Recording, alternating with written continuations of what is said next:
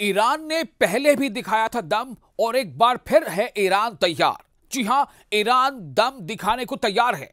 Iran किसी दबाव के आगे नहीं झुकेगा।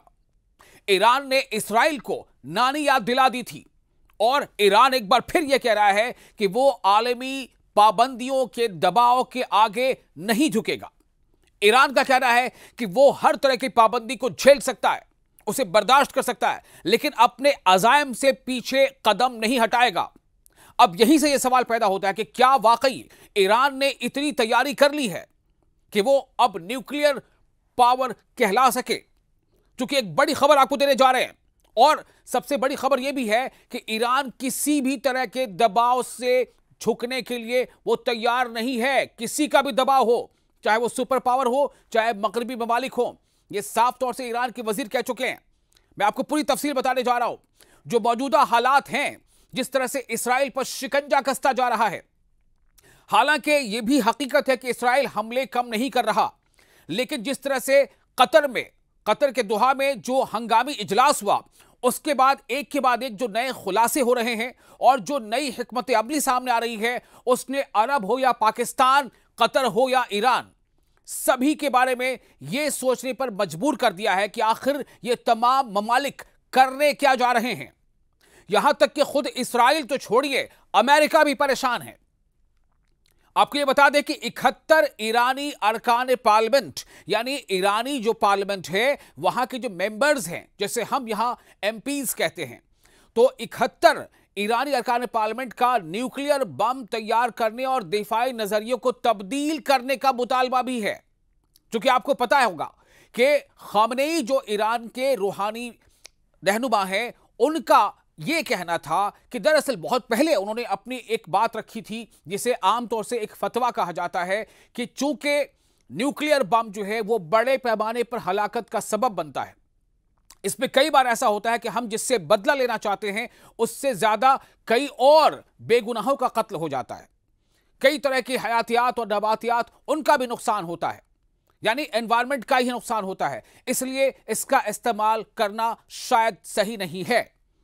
इसको ईरान के लोगों ने माना भी था, लेकिन जो इस्राइल के साथ हालिया जो जंग हुई 12-13 दिनों की, और उसमें जिस तरह से ईरान ने अपना दम दिखाया, उसके बाद ईरानी अरकान पार्लियामेंट में यह जज्बा बहुत जोर शोर से घर कर गया है कि अब मौका आ गया है, अब कदम पीछे नहीं हटाना है। इस्राइल ने जो किया, अब वो पड़ रहा है उसी के गले। बढ़ती जा रही है फलस्तीन के हिमायती मुल्कों की तादाद, यानी ऐसी हिकमत अमली। इस्राइल ने जो ईरान पर जंग की थी, उसके बाद से जो हालात बदल रहे हैं, जाहिर तौर पर दिख कुछ और रहा है, लेकिन अंदर ही अंदर बहुत कुछ ऐसी चीजें हो रही हैं जिसने इस्राइल को परेशान कर रखा है। ऐसा लगता है कि इस्राइल हताश है, बेचैन है, और उसी हताशा में और बेचैनी में उसने अंधाधुंध वहां पर हमले शुरू किए। लेकिन देखिए उसका नतीजा क्या हुआ। ऐसे तमाम देश, ऐसे तमाम मुल्क जो इस्राइल की तरफदारी करते नजर आते थे, UNGA, United Nations general assembly में ऐसे तमाम मुल्कों ने, जिन्होंने बरसों फिलिस्तीन की हिमायत नहीं की थी, इस्राइल के साथ खड़े थे, लेकिन उन मुल्कों ने फिलिस्तीन एक अलग रियासत, एक अलग मुल्क हो, फिलिस्तीन की जो लोग हैं फिलिस्तीन को, उनको अपने एक वतन होने का हक मिले, इसको यूएनजीए में मंजूर किया है, तस्लीम किया है, रिकॉग्नाइज किया है। और किन किन मुल्कों ने? फ्रांस ने रिकॉग्नाइज किया, यूके यानी ब्रिटेन ने रिकॉग्नाइज किया, कनाडा ने रिकॉग्नाइज किया, ऑस्ट्रेलिया ने रिकॉग्नाइज किया, ब्राजील ने रिकॉग्नाइज किया, माल्टा ने रिकॉग्नाइज किया, बहुत सारे ममालिक हैं, फ्रांस ने रिकॉग्नाइज कर लिया। यानी सब मुल्क कह रहे हैं कि फिलिस्तीनियों को उनके अपने वतन का हक लाजमी है, और शायद यही वो रास्ता है, टू स्टेट थ्योरी, जिसके वजह कर मशरिक़ वस्ता में शांति होगी। लेकिन क्या आपको लग रहा है कि यह सब अचानक हो गया? क्या यह सब बस यूं ही हो गया है? आपको बता दें कि यूएनजीए में इस मामले की सदारत फ्रांस और दूसरा मुल्क कौन था? सऊदी अरब। फ्रांस और सऊदी अरब ने मिलकर किया था इस मामले की सदारत, और उसमें एक के बाद एक ऐसे मुल्कों की झड़ी लग गई जिनके बारे में तस्वुर करना मुश्किल था कि वो फिलिस्तीन की हिमायत में बोलेंगे। न्यूजीलैंड ने भी मन बना लिया है कि बहुत जल्द वो फिलिस्तीन को तस्लीम करने का ऐलान कर देगा ऑफिशियली। और लंदन में तो वहां की जो म्युनिसिपैलिटी है और अलग अलग दफातर, वहां पर कई बरसों के बाद फिलिस्तीन के झंडे नस्ब किए गए। इटली में लोग सड़कों पर उतर आए। कई शहरों में जबरदस्त तनाव देखा गया। किस बात को लेकर के? इस मांग के साथ कि इटली की हुकूमत भी फिलिस्तीन को तस्लीम करे, Palestine as a separate state और कंट्री, उसे रिकॉग्नाइज किया जाए। इसकी मांग के साथ इटली के लोग सड़कों पर आ गए। अब आप सोचिए मंजर कैसा बदल रहा है, दिख क्या रहा है, हो क्या रहा है, समझ में क्या आ रहा है, और तस्वीरें और जो मुशाहिदात हैं, जो हकीकत है वो क्या है, वो देखिए। इस्राएल का साथ देते देते अमेरिका भी कहीं तन्हा ना रह जाए। अब तो लोग ये बातें करने लगे हैं। क्योंकि अमेरिका नहीं मान रहा, लेकिन ब्रिटेन मान रहा है, फ्रांस मान रहा है, जर्मनी के बारे में भी बातें आ रही है कि वो भी इसके लिए अब जहन बना रहा है। कनाडा ने मान लिया, फिलिस्तीन को एक कंट्री के तौर पर मान लिया, तस्लीम कर लिया। इसका मतलब क्या होता है कि जिन जिन मुल्कों ने फिलिस्तीन को एक कंट्री के तौर पर मान लिया, एक स्टेट के तौर पर मान लिया, उन मुल्कों में फिलिस्तीन के दफातर पहले से जो हैं वो और वसी पैमाने पर होंगे, ऑफिशियली होंगे, उनके झंडे होंगे, उनके सिफारतकार होंगे, उनके डिप्लोमेट्स होंगे, सारा कुछ होगा। यानी कि जिस फिलिस्तीन को इस्राएल सफ़े हस्ती से मिटा देना चाहता था, नक्शे से खत्म कर देना चाहता था, देखिए कहते हैं ना, जिसे ऊपर वाला रखे उसे भला कौन चखे। तो हम बात ही कर रहे थे ईरान की। ईरान ने भी जो जमामर्दी दिखाई, ईरान ने जो ताकत और हौसले का मुजाहिरा किया, जिस तरह से इस्राएल को नाके चनो चबवा दिया। तेल अवीव में सायरन ऐसे बजते थे कि वहां के लोग परेशान हो जाते थे। तेल अवीव, हाइफा, इन शहरों को ईरान ने अपने हमले से, मिसाइल हमलों से तबाह कर दिया लगभग। उसी ईरान ने फिर एक बार दम दिखाया है। जी हां, चर्चा तो यह हो रही है कि वेस्टर्न कंट्रीज IAEA की आड़ में एक बार फिर से ईरान पर पाबंदियां आयद करेंगे, लेकिन ईरान खड़ा है। ईरान बाआवाज़े बुलंद कह रहा है कि न सिर्फ हम तैयार हैं हर तरह के हालात के लिए, न सिर्फ हम मिसाइल की टेक्नोलॉजी में आगे हैं, न सिर्फ हम अस्करी तौर पर यानी मिलिट्री पावर में बहुत बढ़ चुके हैं, हम तैयार हैं, बल्कि हम किसी भी तरह की पाबंदी को भी बर्दाश्त करने के लिए तैयार हैं अगर हम पर दबाव बनाया गया तो। खुद अमेरिका के अंदर से बुलंद हो रही है अब ऐसी भी आवाजें।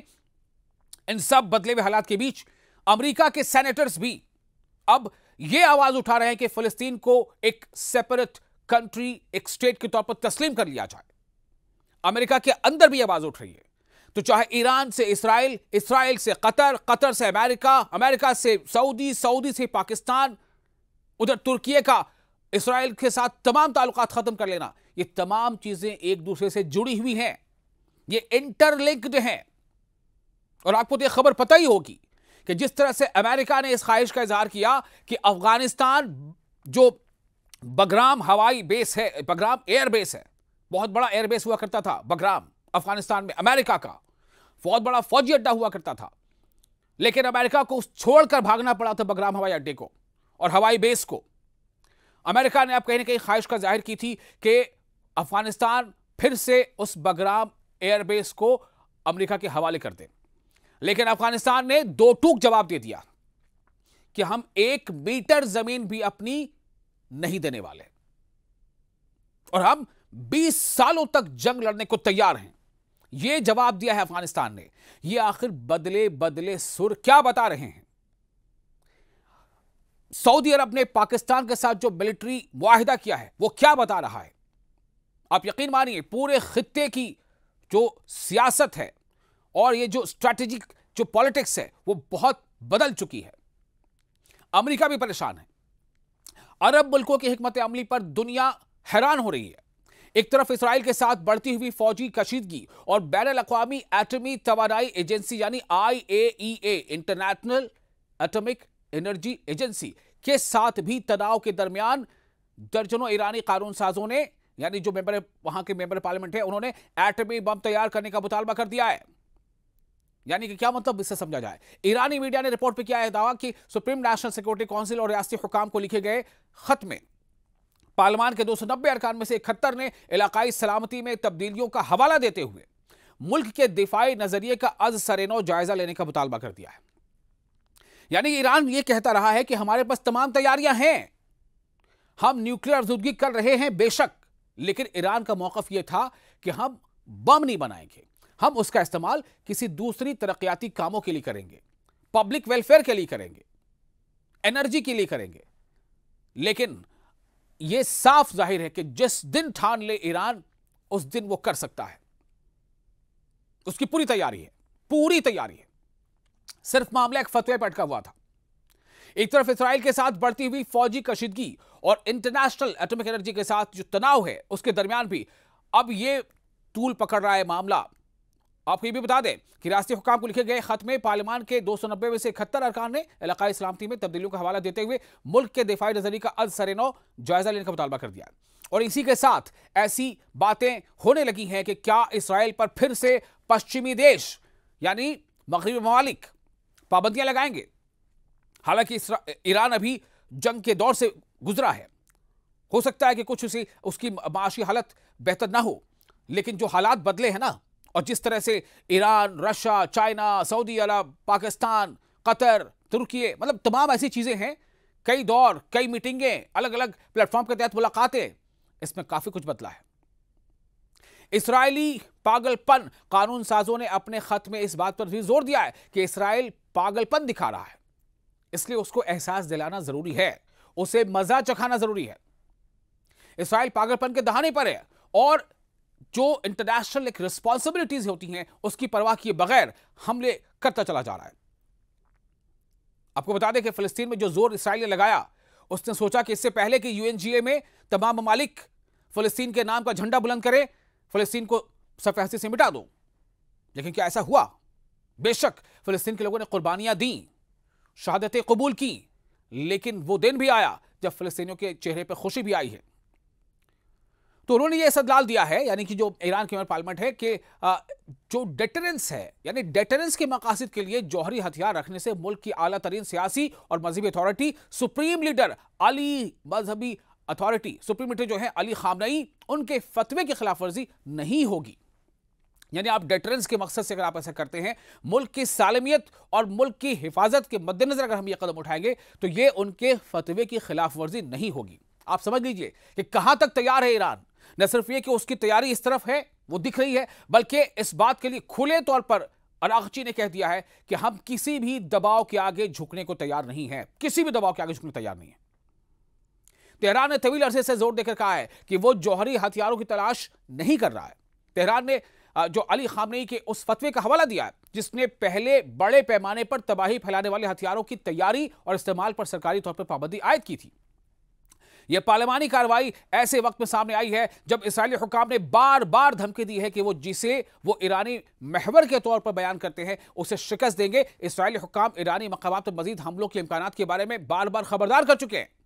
ये पेशरफ्त यानी ये डेवलपमेंट उस वक्त में हुई है जब तेहरान और इंटरनेशनल एटॉमिक एनर्जी एजेंसी के दरमियान ताल्लुकात खराब हो गए। दोनों फरीकों के दरमियान जौहरी मुआयने दोबारा शुरू करने के हवाले से एक मुआहदे के ऐलान के बावजूद ताल्लुकात में खराबी आई है। अब आप सोचिए कि क्या हालात बन रहे हैं, और इन सब हालात के बीच जो तेजी से ये चीजें जो बदल रही है ना, ये बहुत कुछ बयां कर रही हैं। अभी बहुत सारी बातें हम इशारों में कह रहे हैं, लेकिन आपको कहने का मतलब क्या होता है कि कहते हैं ना कि इशारे समझदारों के लिए काफी होते हैं। बहुत सारी ऐसी बातें हैं जिनको खुलकर कहा नहीं जा सकता। आप अपने तासुरात, अपने रिव्यूज, अपने जो व्यू हैं वो हमें कमेंट बॉक्स में शेयर कर सकते हैं। आपको बता दें कि IAEA ने पहले अपनी रिपोर्ट पे इस बात की तस्दीक की है कि ईरानी हुकाम जौहरी बम के करीब पहुंच रहे हैं। ये पहले की रिपोर्ट है उनकी यूरेनियम की अफजूदगी की सतह 60% तक पहुंच गई है, 60% तक, 60% तक। ये शरह जौहरी हथियार हासिल करने के लिए बहुत करीब है। ये IAEA के पहले की रिपोर्ट है। आप अंदाजा कर पा रहे हैं क्या बात सामने आ रही है? ईरानी वजीर खारजा अब्बास अरागची ने कहा है कि हमारा मुल्क सिफारतकारी पर यकीन रखता है, यानी डिप्लोमेसी पर, और सिफारतकारी के जरिए दहाइयों से मौजूद तनाज़ात को, जो विवाद हैं, जो तनाज़ात हैं, जो कंट्रोवर्सी, उसको तय करने के लिए हम तैयार हैं। मगर दबाव के लहजे में ज़बान को कबूल न तो किया जा सकता है, न उन पर कोई मुस्बत रद्द-ए-अमल दिया जा सकता है। कोई कमेंट भी नहीं करेंगे पॉजिटिव, ये कहना है उनका। उन्होंने इन ख्यालात का इजहार ईरान के रियासती टीवी के साथ किया। अब्बास अरागची ने कहा है कि यह मगरिब के लिए वक्त है, यानी मगरिब मतलब वेस्टर्न कंट्रीज के लिए, पश्चिमी देशों के लिए यह वक्त है कि वो फैसला करे कि उसने ताउन का रास्ता मुंतखब करना है, यानी वो कोऑर्डिनेशन का रास्ता चुनना चाहते हैं, या फिर तसादुम का यानी टकराव का। तो कोऑर्डिनेशन या टकराव, हम तैयार हैं, ये ईरान का कहना है। याद रहे कि बर्तानिया, फ्रांस और जर्मनी ने ईरान पर स्नैपबैक पाबंदियां आयद करने के लिए 28 अगस्त से प्रोसेस शुरू कर दिया है। 28 अगस्त से ही उन मुल्कों का ईरान पर इल्जाम है कि तेहरान 2015 में होने वाले जौहरी मुआहदे पर अमल दरामद में नाकाम हो चुका है, जो उसे जौहरी हथियार बनाने से रोकने के लिए आलमी ताकतों ने इसके साथ 2015 में किया था। ईरानी वज़ीर ख़ारजा के हवाले से मालूम हुआ है कि वो बैनुल अक़वामी यानी इंटरनेशनल जौहरी वॉच डॉग यानी IAEA के सरबराह राफेल ग्रोसी से न्यूयॉर्क में मुलाकात से पहले यूरोपीय यूनियन के वज़ीर ख़ारजा से मुलाकात करेंगे। यूरोपीय यूनियन के वज़ीर ख़ारजा यानी एक्सटर्नल अफेयर मिनिस्टर्स, विदेश मंत्रियों से ये मुलाकातें अक़वाम मुत्तहिदा की यानी UN जनरल असेंबली की साइड लाइन्स में मुतवक्के है, लेकिन साफ तौर से कह दिया है कि हम किसी दबाव में नहीं आने वाले।